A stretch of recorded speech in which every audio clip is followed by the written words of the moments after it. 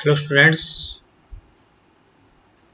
आज की क्लास में हम एक बहुत इम्पोर्टेंट टॉपिक करने जा रहे हैं, प्रिंसिपल ऑफ इंश्योरेंस। ये चैप्टर 4 की सेकंड क्लास है। प्रिंसिपल ऑफ इंश्योरेंस मीन्स वो रूल और रेगुलेशन जिसको हमें इंश्योरेंस के टाइम में फॉलो करना होता है, चाहे वो इंश्योर्ड हो चाहे वो इंश्योरर हो। इंश्योरेंस का मीनिंग हमने डिस्कस कर लिया था लास्ट क्लास में। आज हम उसके कुछ प्रिंसिपल्स की बात करेंगे। जनरली प्रिंसिपल्स ऑफ इंश्योरेंस है वो एग्जाम पर्पज से बहुत इंपॉर्टेंट क्वेश्चन है। 6 मार्क्स का एग्जाम में कवर हो जाता है नॉर्मली। और हमारे जो सिलेबस है एनसीईआरटी के अकॉर्डिंग वहाँ पे 7 प्रिंसिपल हमें दे रखे हैं।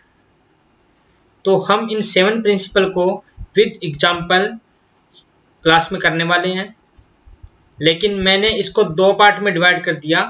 4 प्रिंसिपल हम आज की क्लास में डिस्कस करेंगे और जो रिमेनिंग 3 प्रिंसिपल्स होंगे वो हम नेक्स्ट क्लास में डिस्कस करेंगे।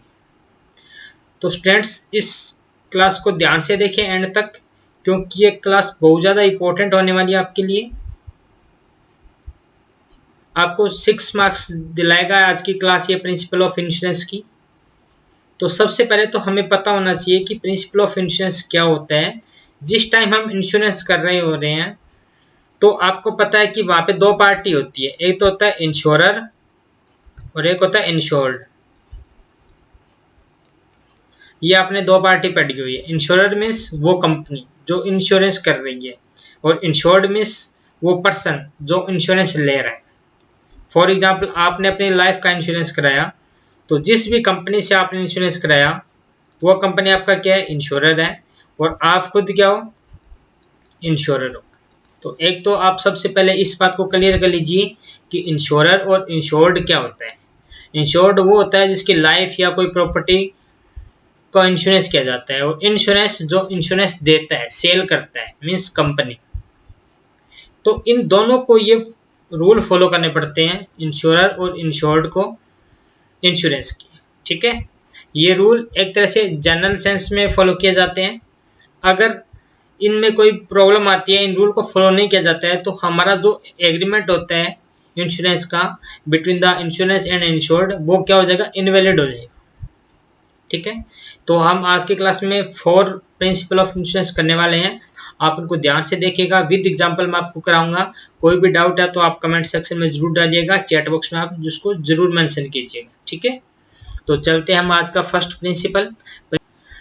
देखिए फर्स्ट प्रिंसिपल है principle of utmost good faith. हमारा जो इंश्योरेंस का जो एग्रीमेंट होता है, जो कॉन्ट्रैक्ट होता है, वो गुड फेथ में किया जाता है।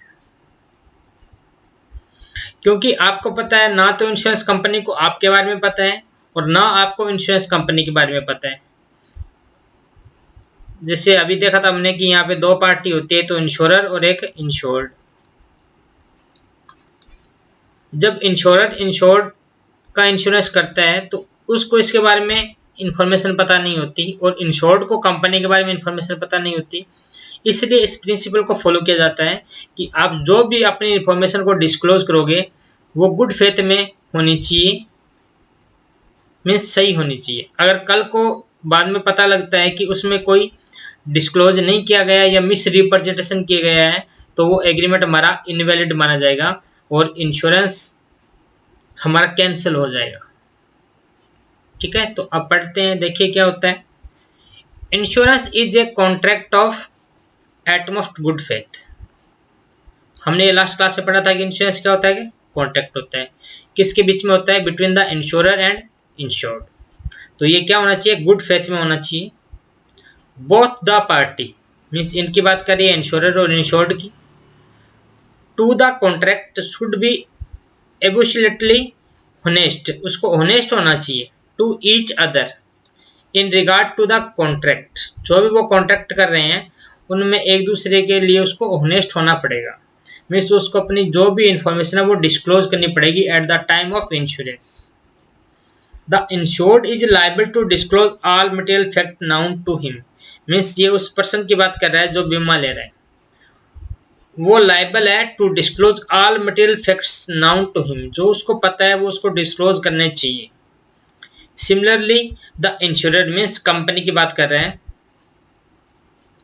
Is also liable to disclose honestly the scope of insurance means insurance में क्या क्या स्कोप है, क्या क्या उसके अंदर कंडीशन है, क्या क्या एरिया उसमें कवर हो रहे हैं, तो वो सारी चीज को डिस्क्लोज करना चाहिए at the time of insurance which he is prepared to grant, या जो वो ग्रांट करना चाहता है कि अगर कल को लॉस हो जाएगा तो आपको क्या मिलेगा, वो सारी चीजें इंश्योरर को पहले से ही क्लियर कर देनी चाहिए। अब अगर नहीं करेगा तो क्या होगा, if there is non disclosure, अगर वहां पे डिस्क्लोज नहीं किया जाता या मिस रिप्रेजेंटेशन किया जाता है, मीन्स उसको गलत तरीके से बताया जाता है, of any material facts, material facts में जो इंपॉर्टेंट है एग्रीमेंट के लिए, the agreement will be invalid, तो उस टाइम हमारा एग्रीमेंट क्या हो जाएगा, इनवैलिड हो जाएगा। ठीक है, absolutely honest to each other in regard to the contract, हमें कॉन्ट्रैक्ट में एक दूसरे के लिए होनेस्ट होना पड़ेगा, मीन्स गुड फेथ में रहना पड़ेगा। The insured is liable to disclose all, देखो ये सिर्फ इंश्योर्ड पे अप्लीकेबल नहीं होता, ये इंश्योर्ड और इंश्योरर पे दोनों पे अप्लीकेबल होता है कि जब भी हम इंश्योरेंस लें तो उस टाइम अपनी जो मटेरियल फैक्ट्स है, जो ऐसे फैक्ट्स है जो हमारे इंश्योरेंस को इफेक्ट कर सकता है, तो वो क्लियर होना चाहिए। ठीक है, बिटवीन द बोथ पार्टीज। ठीक है, और हमें होनेस्ट भी होना पड़ेगा एक दूसरे के लिए, अगर हम कोई छुपा के काम करते हैं या कोई मिस रिप्रेजेंटेशन करते हैं, हमें पता है उसका लेकिन फिर भी हम मिस रिप्रेजेंटेशन करते हैं, तो फिर वो हमारा एग्रीमेंट इनवैलिड मान लिया जाएगा। ओके स्टूडेंट्स, तो ये थी इसकी बेसिक समरी, आपको नोट्स के फॉर्म में मैंने इसको दिखाया, आप इस चीज को देख लीजिएगा। ओके, अब हम इसका करते हैं एक एग्जाम्पल, जिससे ये हमारा जो प्रिंसिपल है वो अच्छे से क्लियर हो जाएगा।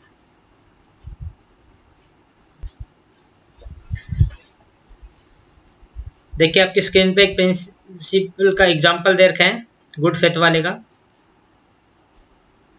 Mister x is heart patient but he hide this fact to the LIC, ध्यान से देखिएगा, उसने अपना फैक्ट क्या कर दिया, हाइड कर दिया। ठीक है, मिस उसने क्या किया, नॉन डिस्क्लोजर, उसने किया नॉन डिस्क्लोजर, जबकि उसको डिस्क्लोज करना चाहिए था लेकिन उसने डिस्क्लोजर नहीं किया। While taking a life policy, जब वो लाइफ इंश्योरेंस पॉलिसी ले रहा था तो उस टाइम उसने अपने जो फैक्ट है उसको उसने हाइड किया, उसको डिस्क्लोज नहीं किया कि वो हार्ट का पेशेंट है। On his death due to heart attack, और बाद में उसके हार्ट अटैक से क्या होगी, डेथ हो गई।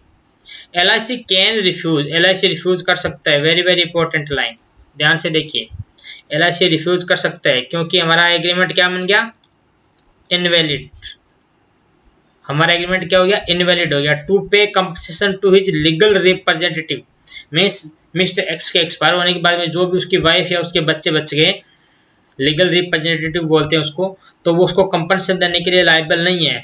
LIC can refuse to pay compensation, कौन से रूल के अकॉर्डिंग वो कंपनसेशन के मना करेगा, वो उसको बता देगा कि इसने एटमोस्ट गुड फेथ के प्रिंसिपल को फॉलो नहीं किया गया, because according to this principle both parties should disclose their material fact to each other, एक दूसरे को डिस्क्लोज करना चाहिए। But had mister x was not disclose the material fact at the time of insurance, so LIC can refuse या not bound to pay the compensation. ठीक है, तो ये समझ में आ गया आपको गुड फेथ का एग्जाम्पल और उसका प्रिंसिपल्स। ध्यान से कीजिए बच्चा, एग्जाम में पक्का आएगा क्वेश्चन। 7 प्रिंसिपल है, 7 प्रिंसिपल में से एक प्रिंसिपल आपका जरूर आएगा इंश्योरेंस का।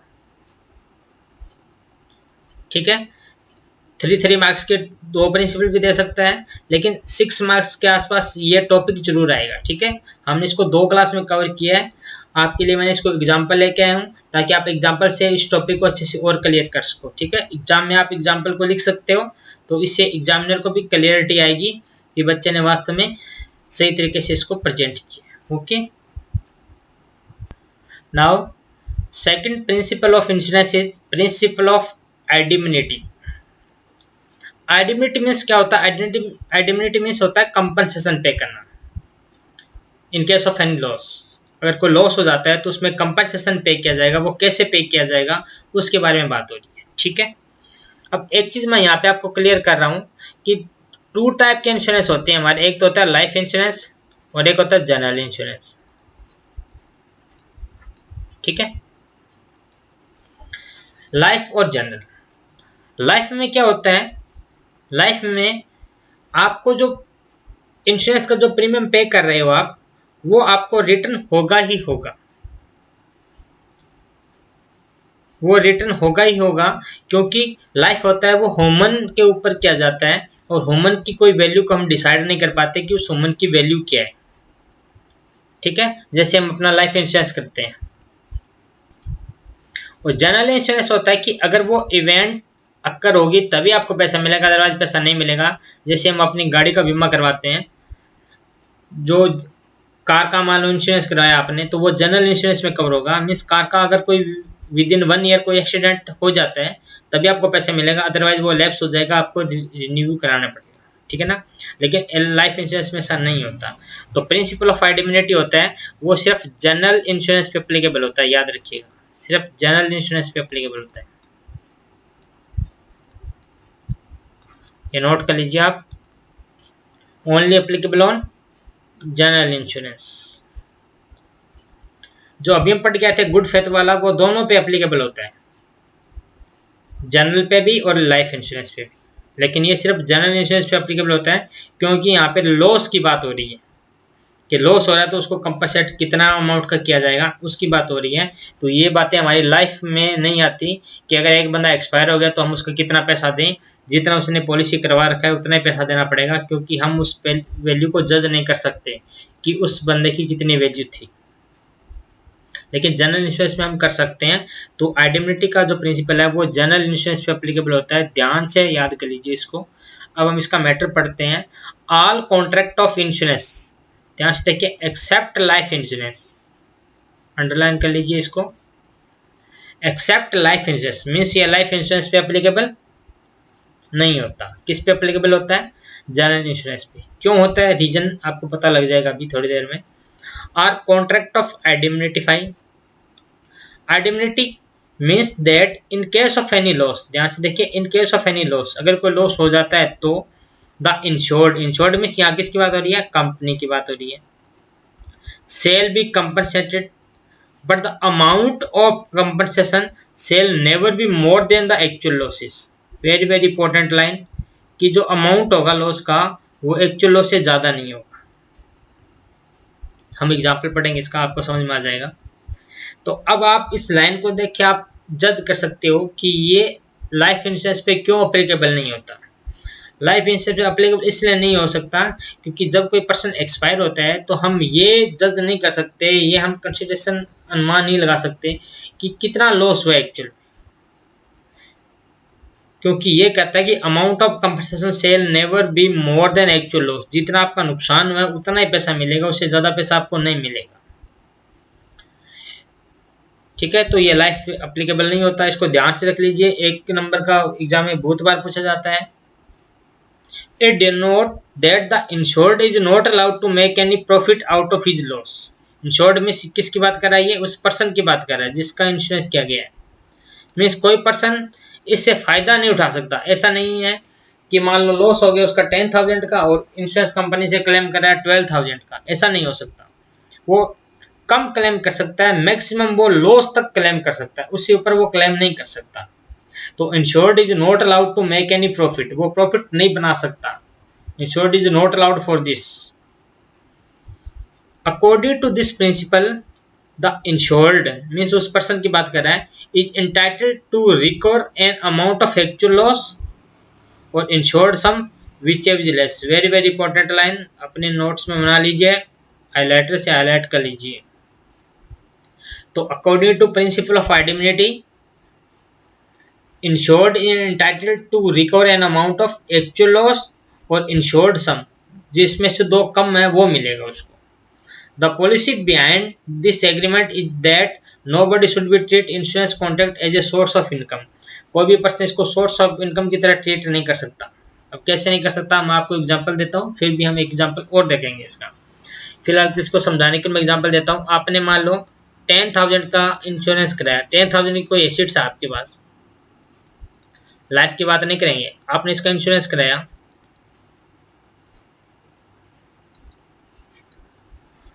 ठीक है, 10,000 रुपये का इंश्योरेंस करा दिया। अब आपको कोई लॉस हुआ, लॉस हो गया 6000 का, तो इंश्योरेंस कंपनी आपको कितना पैसा मिलेगा, जो एक्चुअल लॉस है और जो इंश्योर्ड सम है विच इज लेस, तो आपको यहाँ पे इंश्योर्ड सम कितना 10,000 और एक्चुअल लॉस कितना 6000, तो आपको कितना रुपए मिलेगा, इंश्योरेंस कंपनी आपको 6000 रुपए देगी, ठीक है ना। अगर मैं बाई चांस बात करता हूँ, आपने इंश्योरेंस कराया 8000 का, ध्यान से देखिएगा, तो फिर कितना मिलेगा 6000 मिलेगा।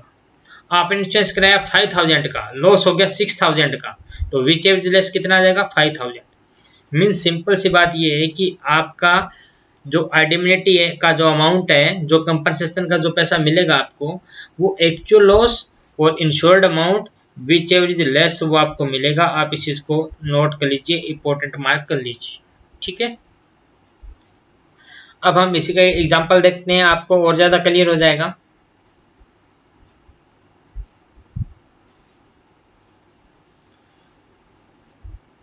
Mr. Y insured his stock for value of ₹20 lakh। उसने इंश्योरेंस कराया अपने स्टॉक का 20 लाख का।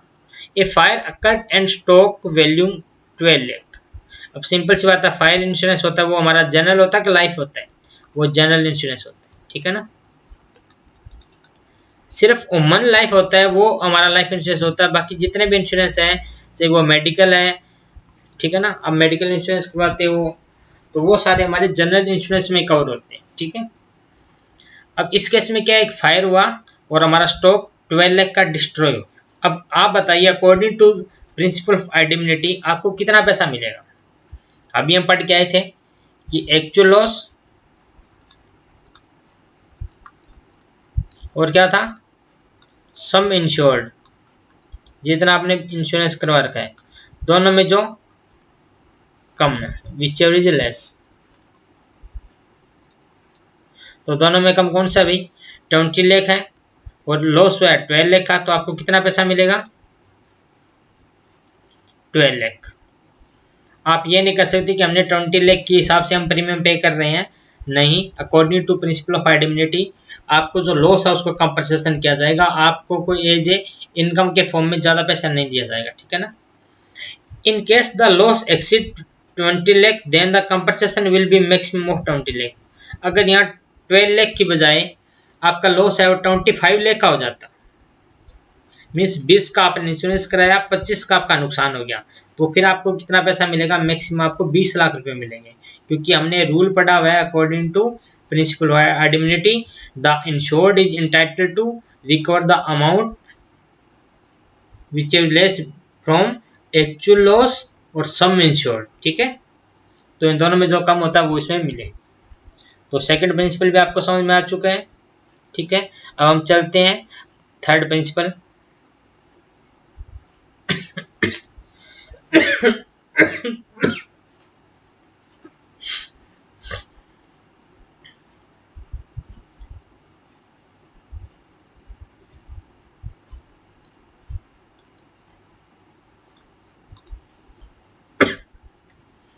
प्रिंसिपल ऑफ इंश्योरेबल इंटरेस्ट, ध्यान से पढ़िएगा।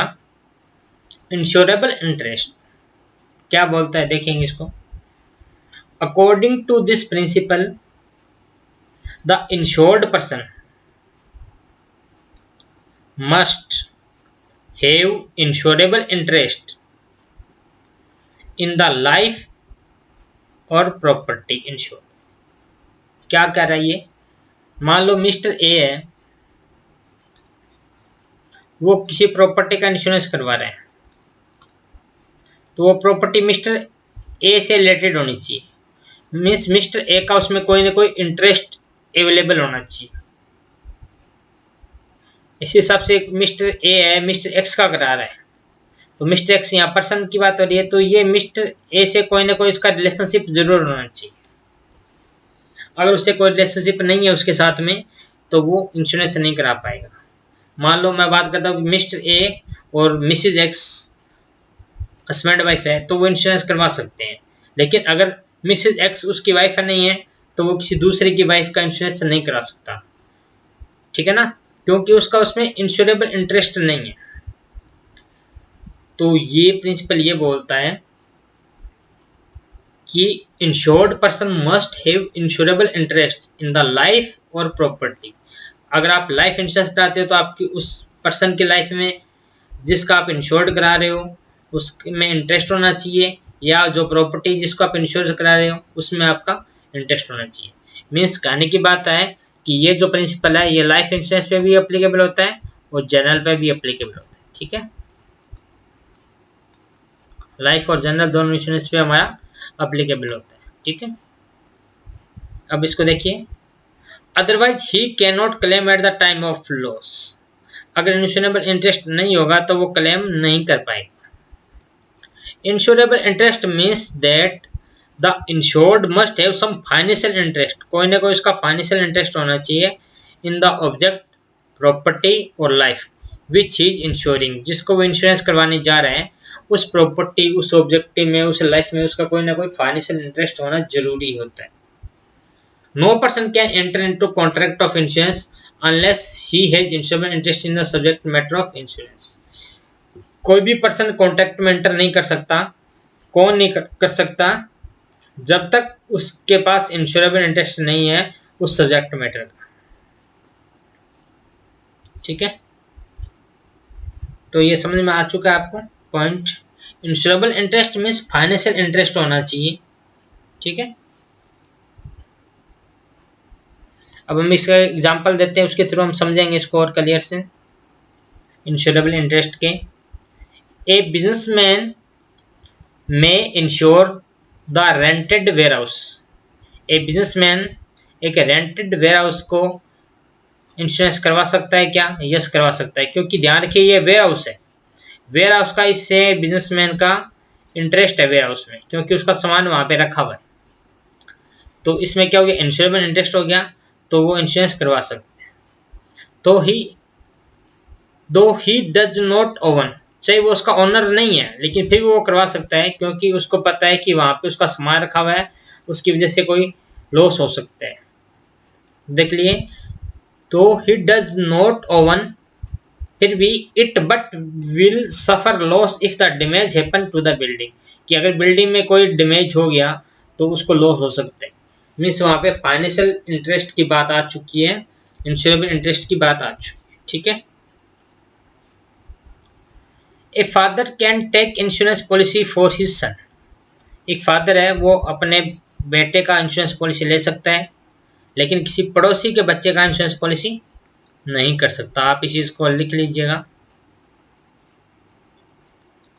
ठीक है, किसी पड़ोसी के बच्चे का इंश्योरेंस नहीं करवा सकता, वो अपने बच्चे का इंश्योरेंस करवा सकता है, क्योंकि उसमें उसका इंश्योरेबल इंटरेस्ट है। ओके, अब मैं आपको एग्जांपल देता हूं।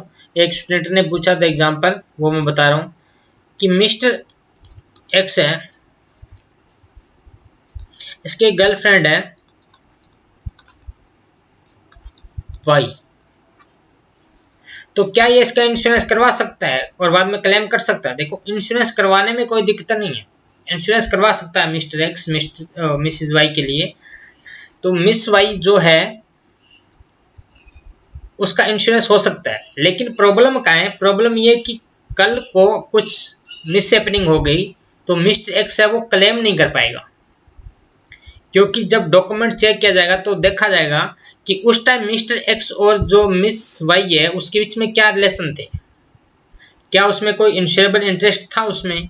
तो नहीं, गर्लफ्रेंड का जो इंटरेस्ट होता है वो इंश्योरेबल इंटरेस्ट में नहीं आता। ठीक है, अगर ये वाइफ होती उसकी तो फिर इसका इंश्योरेबल इंटरेस्ट हो जाता और मिस्टर एक्स क्लेम कर सकता। ठीक है ना, तो आप ये फनी एग्जाम्पल के थ्रू आप इसको समझ सकते हो।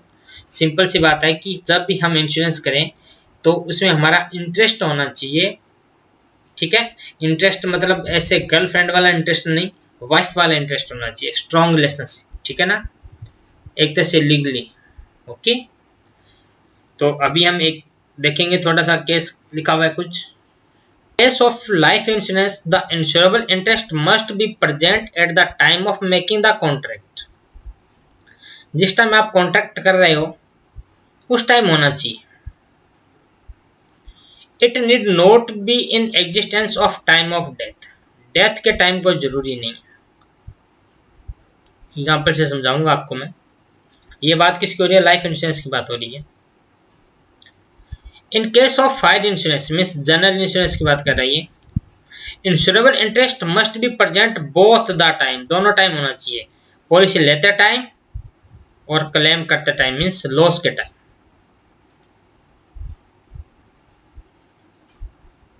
अब क्या है इसको समझते हैं। मैं साइड में आपको एग्जांपल देता हूं, एक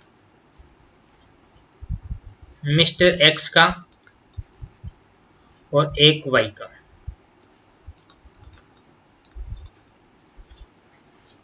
मिस्टर एक्स और मिस वाई,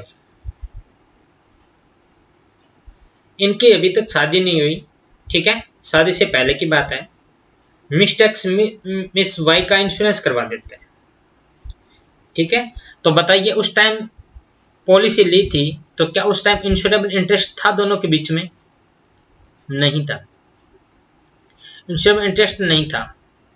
तो कल को अगर जो मिस वाई है वो मिसिज एक्स बन चुकी है उसकी शादी के बाद में, और कोई मिस हैपनिंग हो जाती है, तो क्या मिस्टर एक्स उसका क्लेम कर सकता है? मिस्टर एक्स उसका क्लेम नहीं कर पाएगा, क्योंकि हमारा जो प्रिंसिपल है उसमें लिखा हुआ है कि time of making the contract, जिस टाइम आप कॉन्ट्रैक्ट कर रहे हो उस टाइम हमारा क्या होना चाहिए?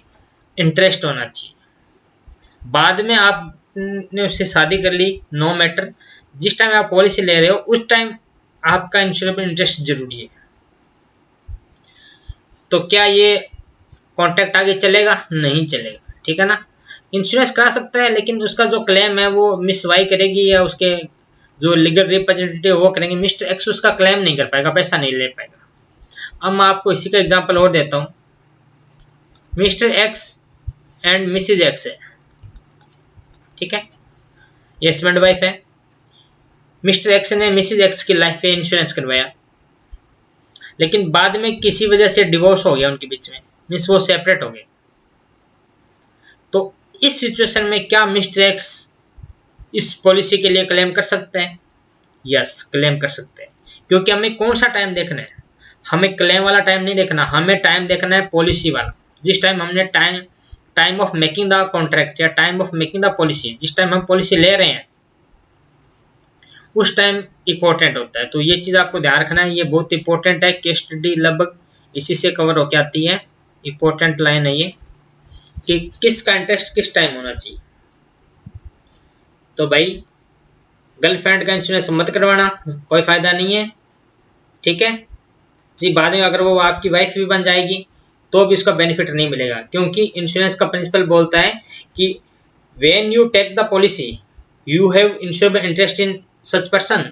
आप कहोगे नहीं उस टाइम तो नहीं था, तो आपको कोई क्लेम आप नहीं कर सकते, ठीक है। वाइफ की आपने लाइफ में पॉलिसी करवाया है, कुछ प्रॉब्लम हो गई, सेपरेट हो गए, तो भी आप क्लेम कर सकते हो, क्योंकि टाइम इंपॉर्टेंट है। लेकिन इंश्योरेबल इंटरेस्ट जो जनरल इंश्योरेंस के केस में आपको दोनों टाइम होना चाहिए।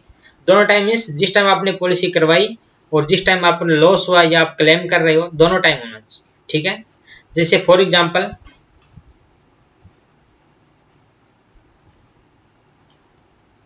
मैं एग्जांपल से समझा रहा हूं, ध्यान से सुनिएगा साथ साथ।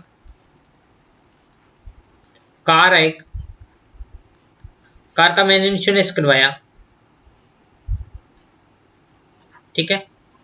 मतलब मिस्टर एक्स की कार है, ये मिस्टर एक्स ने इसका इंश्योरेंस कराया, ये इसका ओनर है, इट मीन्स वहां पे इंश्योरेबल इंटरेस्ट है। तो time of taking the policy इसका इंटरेस्ट है, लेकिन बाद में इसने कार ने क्या किया, इसको मिस्टर वाई को सेल कर दिया, इस कार को मिस्टर वाई को सेल कर दिया विद इन 1 ईयर, ठीक है। तो इंश्योरेंस उसका क्या हो गया, फॉरवर्ड हो गया यहाँ पे मिस्टर वाई के पास में। और मिस्टर वाई के पास जैसे ही वो कार गई, वो एक्सीडेंट हो गया, उसका एक्सीडेंट हो गया। तो अब उसको क्या हो गया, यहाँ पे जो लॉस है उसके कंपनसेशन के लिए क्या मिस्टर एक्स क्लेम कर सकता है? देखिए मिस्टर एक्स क्या दोनों टाइम ओनर है उसका, at the time of taking the policy and time of actual loss? नहीं। मिस्टर वाई कर सकता है, मिस्टर वाई भी नहीं कर सकता। Mister Y at the time of loss उसका ओनर है, लेकिन टाइम ऑफ टेकिंग पॉलिसी उसका ओनर नहीं है, तो मिस्टर वाई भी इस केस में क्लेम नहीं कर पाएगा। ठीक है ना। तो इन जो प्रॉब्लम आ रही है इसको सॉर्ट आउट करने के लिए फिर हम एग्रीमेंट में इसका कुछ एडजस्टमेंट डालते हैं इंश्योरेंस के रिगार्डिंग, कि हम इंश्योरेंस को भी हम फॉरवर्ड कर रहे हैं, या जो भी इंश्योरेंस के कंपनी को हमें बताना पड़ेगा या उसको इन्फॉर्म करना पड़ेगा। ठीक है, वो एक सेपरेट मैटर है मोटर एक्ट का, वो हमें यहाँ पे नहीं पढ़ना। मैं सिंपल एग्जांपल आपको समझा रहा हूँ कि जनरल इंश्योरेंस के केस में दोनों टाइम हमारे पास इंश्योरेबल इंटरेस्ट होना चाहिए, लेकिन लाइफ में स्टार्टिंग में होना चाहिए, बाद में हो ना हो कोई मैटर नहीं है उसका। ठीक है, तो इस हिसाब से ये आपका इंश्योरेबल इंटरेस्ट का जो प्रिंसिपल है वो कंप्लीट हुआ। बहुत इंपॉर्टेंट प्रिंसिपल है ये। Principle number 4, principle of causa proxima. Proxima क्या है? आप कहते हैं ना लगभग, अप्रोक्सीमेटली, नियरेस्ट, तो उसकी बात हो रही है। कोज मीन्स उसका रीजन क्या है, तो देखेंगे इसको क्या है। Proximate cause literally means that nearest cause और direct cause. This principle is applicable when the loss is the result of 2 or मोर कोज। ये प्रिंसिपल तभी एप्लीकेबल होगा जब आपके पास 2 या 2 से ज़्यादा रीजन है। अगर आपको कोई लॉस हो गया है और उसका एक ही रीजन है, तो फिर इस तरह की प्रॉब्लम नहीं आएगी कि हम कौन सा रीजन लेंगे। सिंपल सी बात है, आपने फायर का इंश्योरेंस करवा रखा है और फायर हो गया, पता लग रहा है कि फायर हो गया, तो फिर इस प्रिंसिपल की कोई रोल ही नहीं होगा वहाँ पे, क्योंकि वहाँ पे क्लियर है। लेकिन फायर हो गया, फायर इंश्योरेंस करवा रखा है और फायर हो गया, और फायर को हमें बुझाने में कुछ पानी डाला उस पर, तो वो पानी से खराब हो गया,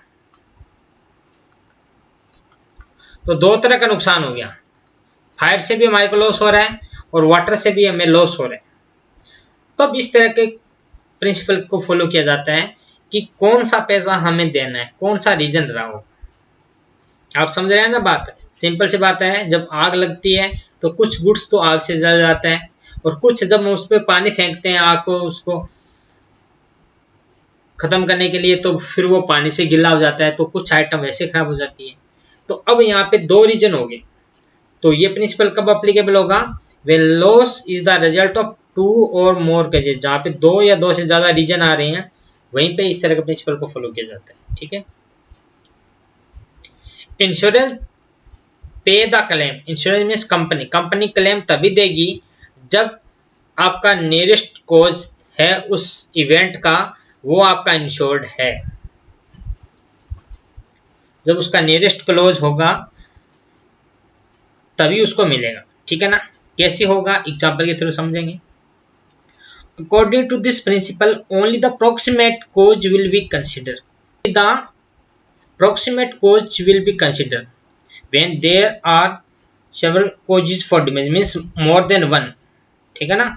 अगर वहाँ पे कोज है वो मोर देन 1 है, तो जो नियरेस्ट जो हमारा कोजेज है उसका रीजन है वो उसको कंसिडर किया जाएगा। And insurance pay the claim money only if this cause is insured, और वो जो रीजन है वो हमारा इंश्योर्ड होना चाहिए। अगर हमारा दूसरा इंश्योर्ड है, मान लो हमने थेफ्ट का करा रखा है और हमारी फैक्ट्री में फायर हो गई, तो हमें पैसा नहीं मिलेगा। थेफ्ट का करा रखा है, थेफ्ट हो गई तो पैसा मिलेगा। ठीक है, तो इस चीज को आपको ध्यान रखना है। As per the principle of insurance insurance company will become liable to compensate the insured. वो लाइबल कब होगी कंपनी, मीन्स इंश्योर्ड कब लाइबल होगा? If the reason for loss is insured.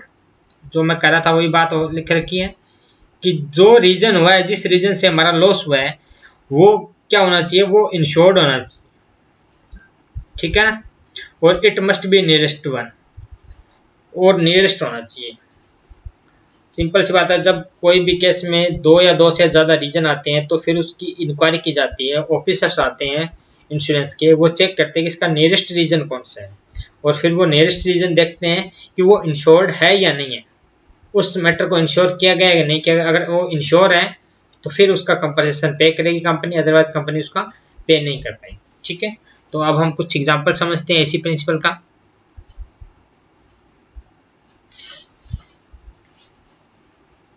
The stock was insured against theft. ध्यान से देखिए, ये हमारा इंश्योर्ड मैटर है, इसका हमने इंश्योरेंस करवा रखा है, किसका? चोरी का। ठीक है। There was a fire in the factory, लेकिन हमारी फैक्ट्री में क्या हुआ? फायर। अभी जज नहीं करना, पूरा केस स्टडी पढ़िए। And lot of stock was stolen by employee, और जब आग लग गई तो लोगों ने फायदा उठाया। लोगों ने क्या कर लेगी? चोरी कर लेगी, जो हमारे एम्प्लॉय थे। ठीक है ना, वो सामान उठा उठा के ले गए, कि उनको लगा कि अब आग तो लग गई, अब क्या पता लगेगा, सारे आग वो खत्म करने में बिजी है, तो हम अपना काम कर लेते हैं। तो वो क्या करेगा? स्टॉक चोरी करके लेगा। The insured is entitle for compensation as loss caused due to theft is a proximate cause. अब आप देखिएगा, यहाँ पे स्टॉक है, उसका नुकसान हुआ है। अब यहाँ पे दो रीजन है, एक तो फायर से हुआ है और एक थेफ्ट से हुआ है। तो जो थेफ्ट से हुआ है उस नुकसान का हमें पैसा मिलेगा, कंपनी इज पे दिस कंपनसेशन। ठीक है ना, वो कंपनी इस कंपनसेशन को पे करेगी और हम इसके लिए क्या हो जाएंगे? एंटाइटल हो जाएंगे। ठीक है ना, क्योंकि इसका जो मेन रीजन है वो चोरी की वजह से है, आग की वजह से कम नुकसान हुआ है। क्योंकि यहाँ पे क्वेश्चन में मेंशन नहीं है कि आग की वजह से नुकसान हुआ है, उसने ये कर कहा कि आग लग गई और चोरी करनी स्टार्ट हो गई। तो सिंपल सी बात है, इसका जो मेन रीजन है गुड्स का लॉस होने का, वो क्या है? थेफ्ट है। और हमने इंश्योरेंस किसका करा रखा है? थेफ्ट का इकरार रखा है। It means this is a nearest cause, proximate cause. तो अकॉर्डिंग टू दिस प्रिंसिपल उसको कंपनसेशन मिलेगा। एक एग्जांपल और करते हैं। A ship is insured against loss due to collision. Collision क्या होता है? मान लो कोई जहाज की शिप की टक्कर हो जाती है तो उससे नुकसान हो जाता है, उसको बोलते हैं collision. Between ships and the insured ship collided against another ship at sea. Means समुद्र के अंदर किसी दूसरी शिप से हमारी जो इंश्योर्ड शिप है जिसमें हमारा गुड्स रखा हुआ है, वो अगर उसकी कोई टक्कर हो जाती है तो उसके रिगार्डिंग हमने इंश्योरेंस करवा रखा है। तो पहले तो स्टूडेंट ये बताइए कि ये लाइफ इंश्योरेंस है या जनरल इंश्योरेंस है? चैट बॉक्स में मैसेज डालिए, लाइफ इंश्योरेंस और जनरल इंश्योरेंस। तो ये हमारा है जनरल इंश्योरेंस, इस चीज को आप ध्यान रखिएगा। ठीक है ना, और ये जो प्रिंसिपल था वो सिर्फ जनरल इंश्योरेंस में अप्लीकेबल होता है, वो लाइफ इंश्योरेंस में अप्लीकेबल नहीं होता। ठीक है ना, लाइफ में कि बंदा एक्सपायर हो गया तो हम उसको इंक्वायरी नहीं कराएंगे कि क्यों एक्सपायर हो गया। एक्सपायर हो गया तो हो गया, हमें उसको पे करना ही पड़ेगा कंपनी को। ठीक है। Eight the time of collision the goods were in good condition. जिस टाइम टक्कर हुई, हमारी शिप की क्या हुई? दूसरी शिप से टक्कर हो गई, कलिजन हो गया, और गुड्स थे वो गुड्स गुड कंडीशन में। यहाँ गुड्स है और गुड है, ये गुड्स मीन्स जो सामान लदा हुआ था उसमें वो हमारा सही कंडीशन में था। But repair take a lot of time and the ship reach the destination point late. उसमें टाइम लग गया रिपेयर होने में और वो इसलिए अपने डेस्टिनेशन जहाँ पहुंचनी थी वो लेट पहुंची। The goods were not in good condition, लेकिन अब वो गुड्स क्या हो गया? खराब हो गया रास्ते में। अब आप ये बताइए स्टूडेंट्स, आप समझदार हो, कि जो हमारा गुड्स खराब हुआ है उसका मेन रीजन कौन सा है? क्या कलिजन की वजह से वो गुड्स खराब हुआ है या लेट होने की वजह से वो गुड्स खराब हुआ है? यहाँ पे दो रीजन आ रहे हैं। कलिजन में टक्कर हुई शिप की, लेकिन उस टाइम हमारा गुड्स सही था, बाद में हमने रिपेयर कराया शिप का तो रास्ते में टाइम लग गया और जब वहाँ पहुंची तो वो सामान खराब हो चुका था। Means goods were not in good condition. तो इसके दो रीजन हो गए, एक तो हो गया कलिजन की वजह से और दूसरा हो गया वहाँ पे जो लेट रिच की वजह से। तो अब आप इसमें मेन चीज आप इसमें देखोगे कि नियरेस्ट जो रीजन है, नियरेस्ट जो खोज है वो हमारा है कि शिप लेट पहुंची वहाँ पे, और जो कि इंश्योर्ड था। क्या इंश्योर्ड तो नहीं था? इंश्योर्ड कौन सा था? जो कलिजन की वजह से लॉस होगा वही इंश्योर्ड था, जबकि ये जो लॉस हुआ है वो तो हमारी जो शिप है उसके लेट पहुंचने से हुआ है। ठीक है, हम उसको ये नहीं कह सकते कि कलिजन की वजह से हमें रिपेयर करानी पड़ी, लेट हो गया, ये मैटर नहीं चलेगा वहाँ पे। उसका मेन रीजन देखा जाएगा कि गुड्स किस वजह से हुआ, गुड्स लेट पहुंची इसलिए वो हो गया। तो देखिए इस केस में क्या है, इन दिस केस इंश्योरेंस को श्योरली रिजेक्ट द क्लेम, वो अपने क्लेम को रिजेक्ट कर सकती है कंपनी। क्यों? Because proximate cause was delay. Important, यहाँ पे जो गुड्स का जो लॉस होने का जो मेन रीजन है वो डिले है, न कि क्लीजन है। क्योंकि जिस टाइम क्लीजन था उस टाइम तो हमारी गुड्स सही थी, प्रॉब्लम रास्ते में हुई है, बाद में हुई है, और हमने इंश्योरेंस करा रखा था क्लीजन का। तो समझ में आ गया होगी स्टूडेंट्स। तो इसमें देखा not collision and delay was not insured against, और डिले का हमने इंश्योरेंस करवा नहीं रखा था। तो बताइए इस केस में उसको क्लेम मिलेगा या नहीं मिलेगा? कोई क्लेम नहीं मिलेगा, क्योंकि यहाँ पे दो रीजन है और नियरेस्ट जो रीजन है वो हमारा डिले है, जबकि इंश्योरेंस हमने क्लीजन का करा रखा है। इट मीन्स आपको इंश्योरेंस का कोई क्लेम नहीं रिसीव होगा। तो ओके स्टूडेंट्स, आज की क्लास में हमारे 4 हमने प्रिंसिपल पढ़ लिए, बाकी जो 3 प्रिंसिपल वो हम नेक्स्ट क्लास में करेंगे, ठीक है। तो इम्पोर्टेंट क्लास है आज के लिए, आप इस चीज़ को ध्यान से देखिएगा, माइंड कीजिएगा, एग्जाम्पल्स करिए। ओके स्टूडेंट, थैंक यू, मिलते हैं नेक्स्ट क्लास में।